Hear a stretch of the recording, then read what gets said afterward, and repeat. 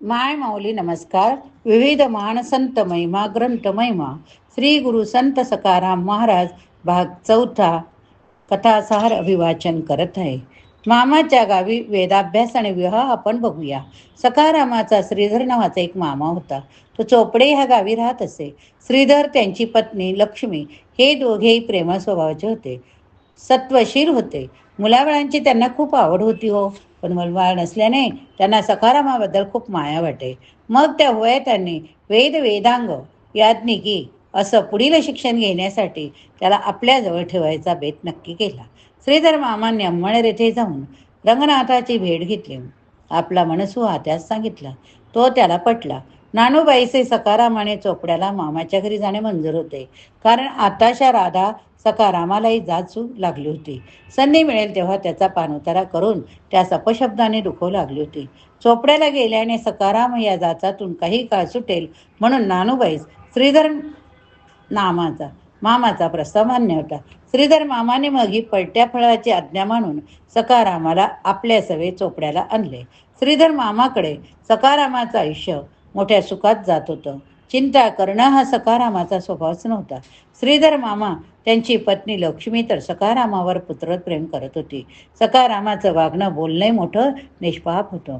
मन निर्मळ आणि निष्कपट होतं. त्यामुळे श्रीधर लक्ष्मी यांना तो जीव की प्राण वाटत असे. श्रीधराने सखारामाच्या अध्ययनाची मोठी सोय छान केली होती. चोपड्यास पाठक गुरुजी शास्त्री नावाचे मोठे वेदपाठी दशग्रंथी विद्वान होते. श्रीधराने सखारामास वेद अध्ययनासाठी त्यांच्या अंगी सोपवलं होतं.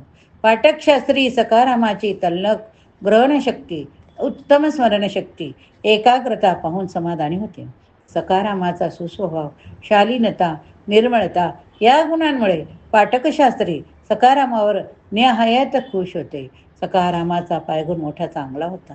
श्रीधर लक्ष्मीच्या संसारात सखारामाने आनंदाने जरेच निर्माण केले. लक्ष्मीची कुस उजळली. विवाहानंतर खूप वर्षांनी तिला पुत्रही झाला. सखारामाच्या पायगुणाने सारं सुख आपल्याला मिळालं अशी लक्ष्मीची दृढ भावना होती. त्यामुळे सखारामावरील तिची माया अधिक घट्ट झाली. श्रीधर मामाकडे असं मायेच्या छायेत दिवस जात असताना सखारामाचं वय 16 वर्षाचं झालं. किती वर्षाचं? 16 वर्षाचा. पाठकशास्त्री यांच्याकडे त्याने वेद अध्ययन, याज्ञिकी, भिक्षुक वृत्तीस आवश्यक असं सर्व ज्ञान संपादन केलं. या ज्ञानाच्या बळावर सखाराम आपला चरितार्थ चालवू शकेल अशी मामा मामीस खात्री वाटू लागली. पूर्वी 16व्या वर्षी विवाह करण्याची प्रथा होती. मामा मामींना सुद्धा सखारामाचं योग्य वयात लग्न लावून द्यावं, त्याचा प्रपंच मांडून द्यावा असं मनापासून वाटत होतं. अडचण एकच होती. सखारामास मात्र संसाराची आस नव्हती. जगराहटीत संसार करावा, मुलाबाळांना जन्म देऊन आपली वंशवेल वाढवावी, घरदार जमीन जुमला करावा असं त्याला वाटत नव्हतं. पांडुरंग हेच त्याचं आनंद निधान होतं. सदा सर्व काळ तो त्यातच मनन चिंतन करीत असे. त्याच्या दर्शनाचा ध्यास आस मनात बाळगूनच तो जगत असे. पण लग्न झालं की सखारामाचं देवाचं वेळ कमी होईल, तो 4 चौघासारखा संसार करून सुखी होईल असं श्रीधर आणि लक्ष्मीला विश्वास वाटत होता. या विश्वासाने ते सखारामासाठी वधू शोधू लागले. सखारामाने मात्र या बाबतीत मौन राखलं. आयुष्यात जे काही घडलं ती पांडुरंगाची इच्छा होती. उद्या जे काही घडणार त्याच्या इच्छेनेच होणार. पण त्याच्या इच्छेआड आपण कशाला यावं हे सखारामाच्या जगण्याचं साधं सुद्धा गणित होतं. खरंच आपल्या जीवनात सुद्धा जे होणार आहे ते चुकणार नाहीये. जे इच्छाआड होणार ते पण घडणारच आहे. म्हणून आपल्या आयुष्यात घडणाऱ्या कोणत्याही घटनेचं कर्तेपण घ्यायचं नाही. ते सारं पांडुरंगाच्या इच्छेवर सोपवायचं हा त्याचा स्वभावच होता. आपण आपल्या कुलस्वामींवरती सोपवतो. लग्नाच्या बाबतीत तो देवावर भरोसा ठेवून शांत चित्त राहिला होता. श्रीधर लक्ष्मीने सखारामासाठी चोपडे येथील अतिशय सुलक्षणी वधू शोधली. चोपडे येथील मुरारी भट नावाच्या अतिशय सतशील ब्राह्मणाची ही कन्या गंगूबाई हे तिचं नाव. नावाप्रमाणे ती गंगोदकासारखी निर्मळ, शालीन, सुलक्षणी. श्रीधर लक्ष्मी यांनी सखारामासाठी तिला मागणीच घातली आणि विवाह निश्चित केला.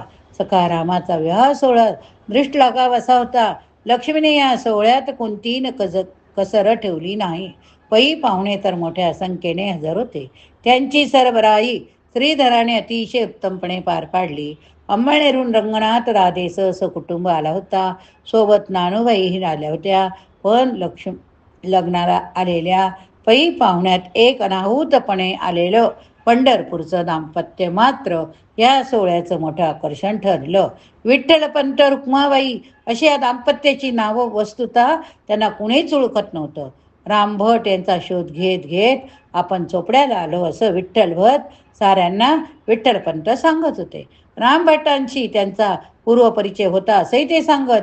रामभटाची भेट झाली नाही तरी त्यांच्या मुलाच्या लग्नाचा योग साधता आला याचाच त्यांना खूप आनंद झाला होता. पंढरपूरचे हे विठ्ठलपंत एका पिढीचे मालक होते. गर्भ श्रीमंतीत राहणाऱ्या दाम्पत्याचं तेजही मोठं आगळं होतं. घोडागाडी घेऊन त्या लग्नाला आलेले. रुक्माईचं रूपही मोठं तेजपुंज. अंगावरच्या वस्त्राभूषणाने ते अधिक झळाळत होतं. असं हे श्रीमंत दाम्पत्य जणू काही आपल्याच मुलांचं लग्न आहे अशा थाटात लग्नघरी वावरत होते. अंग मेहनतीने झटून काम करीत होते. पदर मोड करून पै पाहुण्यांना हवं नको ते पाहत होते. विठ्ठलपंत रुक्माबाईने सखारामाच्या या लग्नाला आगळीच श्रीमंती आणली. अगदी स्वखर्चाने सर्व पाहुण्यांना पंचपक्वान्नाचं भोजनही त्यांनी दिलं. विशेष म्हणजे स्वतः रुक्माबाईने पंक्तीत वाढप करून सर्वांना आग्रहपूर्वक जेवू घातलं.